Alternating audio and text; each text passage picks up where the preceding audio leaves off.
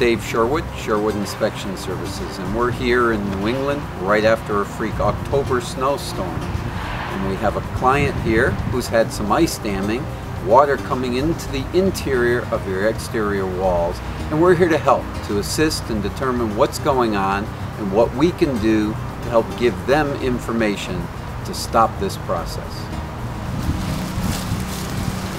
So let's meet our homeowner.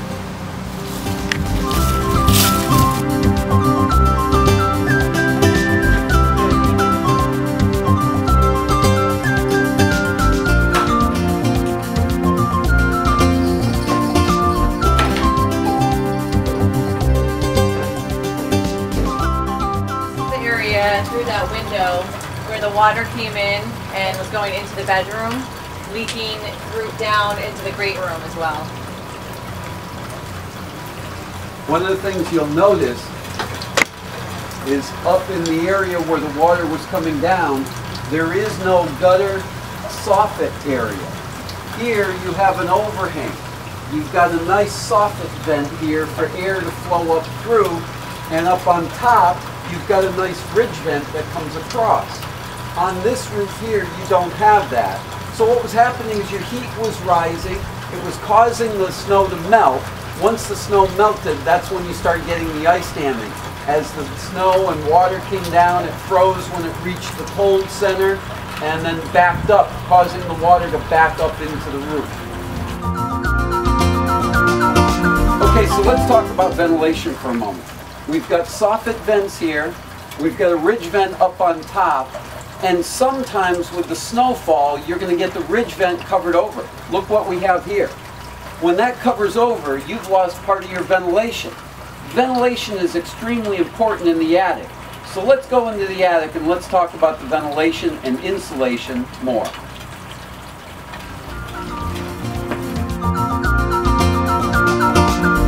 So let's head to the attic now and let's take a look at the effects that occur up in the attic area from a lack of insulation and ventilation.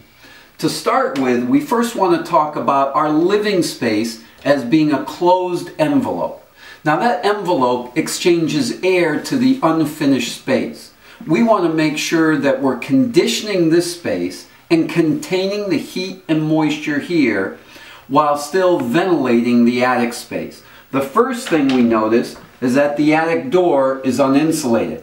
We're losing a lot of heat from the living space to the attic in doing that. That creates moisture and heat up into the attic area. So you can see up here right against the roof sheathing we've got a discoloration, a darkening. That darkening is from moisture and heat getting locked up into that area. Over here we've got a bathroom vent fan, and you can see it's going through a hose and venting out to the exterior. The problem is that hose is not insulated. Neither is the vent fan. Both of those producing heat and moisture up into the attic area. Now we look at the insulation, we can see the insulation is too low.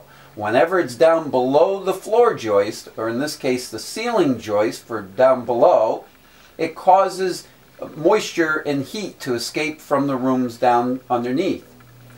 The next thing we have is we have some open areas in the ceiling. Those are chases, and those chases allow for heat to escape from the rooms below right up into the attic area. All of this combined creates a lot of heat up into the attic area that's getting trapped against the roof sheathing.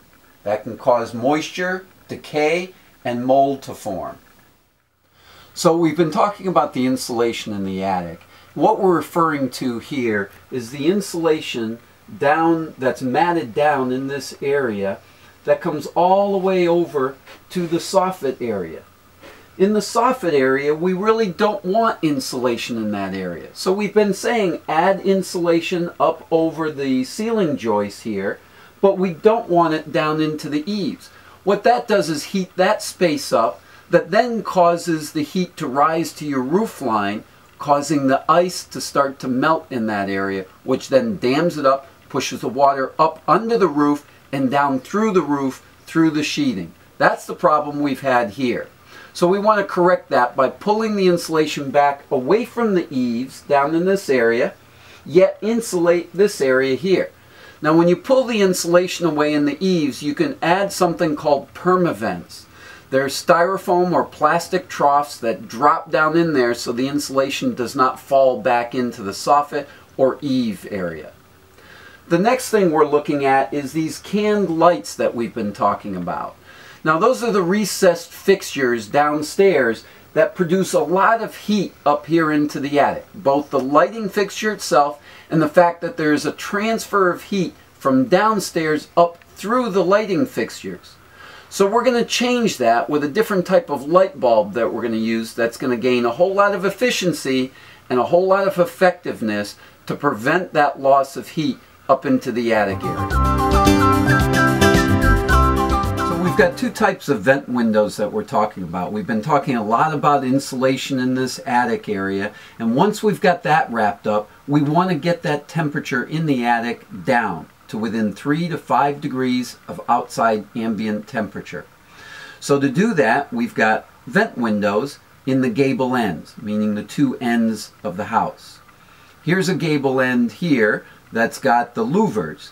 The problem with the louvers, if you don't use proper screening, we get birds nesting in there and it blocks up our ventilation. The ventilation is critical when we use this method. So here we have a typical gable end vent window, which is a double hung window. Now this window, as you can see, is closed up, and that's because the people believe by closing it up it saves energy. But that's why we've done such a nice job of re-insulating this area. If you don't open these windows and put the proper louvers in, you're going to block the airflow through the attic. Gable end vents are a great way to ventilate from the gables. Soffit vents are opened up. Remember the insulation that we pulled back and put the permavents down in? Then we allow the air to flow through these gable ends to provide the necessary air movement in the attic space. So we're talking about ventilation, and one of the things that confuses a lot of people is planned ventilation versus arbitrary ventilation. What do I mean by that? Planned ventilation is when you plan the air pattern, when you have gable end vent windows and soffit vents, when you have soffit vents and ridge vent. That's planned as to where the air is going to move to. When you have unplanned ventilation, such as this whirly vent that's sitting on the roof, now you're going to start to get air swirling around inside because you've got gable end vents, you've got no soffit vents, and you've got air disturbances up in the attic. And that's going to trap the air and make it more stagnant than actually ventilating it out. So we want to make sure that we size the ventilation according to the square footage that you get and according to the roof angles that you have. And once we do that, then we're less likely to get roof sheathing that looks like this. And we're less likely to get the ice damming that caused this call in the beginning.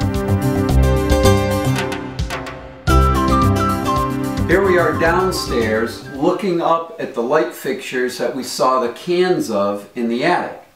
Now these light fixtures here produce a lot of heat that we talked about in the attic. So what we have to help with this are these EcoSmart lights. These EcoSmart lights have 35,000 hours to them, and this will produce virtual no heat into the attic space. This allows us to insulate around the cans and still give us the energy efficiency and the lighting that we need. So Lori, let's recap now. What we've said is that we're going to re-insulate the attic to protect the attic area from all the heat loss that was coming from the living space. So to do that, you're going to add insulation above the ceiling area, in between the ceiling joists. In order to do that though, you've got your recessed fixtures that are there producing a lot of heat. So what we've said is you're going to take these EcoSmart LED lights and replace those with the existing lights you have. Then you can insulate around those cans, and this one's for you, so you can keep that one and know what you need to purchase. Okay, thank you. So from there, what we're going to do is you're going to insulate the attic area, pull the insulation back from the eaves, and install the permavents. After installing the permavents, then we need to open the ventilation up. So what you're going to do is close off the whirly vent to the roof to get direct ventilation to your gable ends and your eave area. Once you put in the new louvered windows on both gable ends, then that'll allow the air to move through freely. And then you'll be in better shape here at the house. Okay, great. Thank you very much. You're welcome.